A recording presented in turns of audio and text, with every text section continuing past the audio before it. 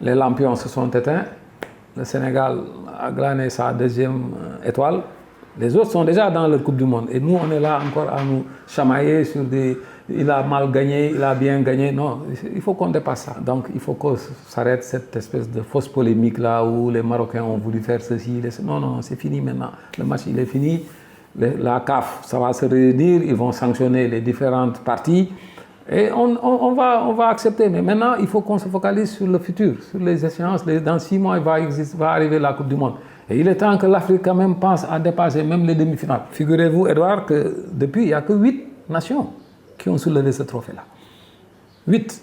Il y a 211 nations au niveau de la FIFA. C'est une anomalie.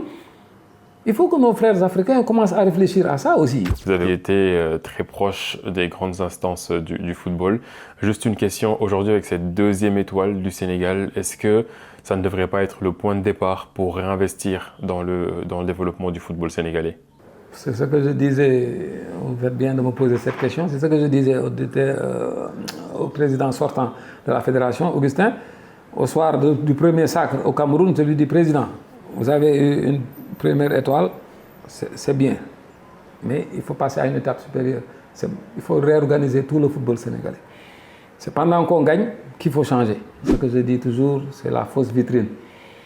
Le Sénégal, quand vous l'entendez sur le plan international, c'est de bons joueurs, l'équipe nationale gagne des trophées, se qualifie aux Coupes du Monde, mais le championnat est le parent pauvre. Il n'y a pas les retombées nécessaires pour faire développer ce football-là. Et je crois que peut-être les nouveaux dirigeants qui sont là vont s'y atteler. En tout cas, je les y conseille vivement. Si on va aller encore beaucoup plus loin et sauter une autre étape, pourquoi pas gagner la Coupe du Monde? La Coupe du Monde ne se gagnera pas toujours en faisant des raccourcis. Il faudrait qu'il y ait un travail à la base. Il faut qu'on travaille à l'intérieur du pays et à l'extérieur. Malheureusement, c'est ça le destin de l'Afrique. On a une moitié qui doit se faire chez nous et une autre moitié peut-être qui se fera parce qu'on exporte beaucoup de joueurs. Je crois qu'il faut aller vers une autre étape. Et là, je fais un appel solennel à tous ces protagonistes-là. La Coupe d'Afrique, c'est fini. C'était 90 belles minutes de jeu. Et il y a eu 7 minutes où il y a eu un flottement. C'est des choses qui arrivent. Voilà, c'est des émotions. Voilà, chaque partie avait envie de gagner. Ça s'est mal traduit sur le terrain. Mais bon, il faut passer à autre chose. Moi, j'appelle mes frères africains à se retrouver sur l'essentiel. Voilà, cette histoire-là, elle est passée. Le Maroc gagnera sa deuxième médaille bientôt. Le Sénégal gagnera d'autres médailles. On veut maintenant aller très loin, très très loin. Je ne sais pas si vous me voyez, mais ce que j'ai demandé au président Gianni, j'ai dit, avant de quitter la FIFA, il faut qu'une équipe africaine tienne la Coupe du Monde quand même. Parce que l'histoire de la Coupe du Monde, elle date de 1930, ou quelque chose comme ça. Et figurez-vous, Edouard, que depuis, il n'y a que 8 nations qui ont soulevé ce trophée-là. 8.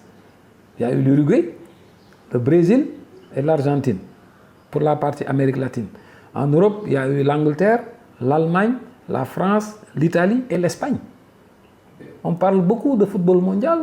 Il y a 211 nations au niveau de la FIFA. C'est une anomalie. Il faut que nos frères africains commencent à réfléchir à ça aussi. C'est 7 matchs. On a le talent. C'est quoi maintenant? C'est la préparation mentale, c'est la préparation matérielle. Il faut que nous mettions tous les atouts de notre côté pour arriver au bout. Et je crois qu'avec cette équipe sénégalaise, avec cette équipe marocaine que j'ai vue, et les autres qualifiés, on a les moyens d'aller très loin. Si on dépasse tout de suite ces genres de querelles intestines-là qui ne font que nous retarder.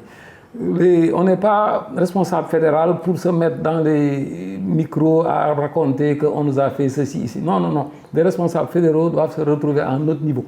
Voilà, maintenant, la finale, elle est passée. S'il y a des problèmes, on s'appelle, on les règle entre responsables et puis on avance. Et puis maintenant, il faut se focaliser sur le futur. Voilà, c'était mon dernier mot et je vous remercie encore, Edouard.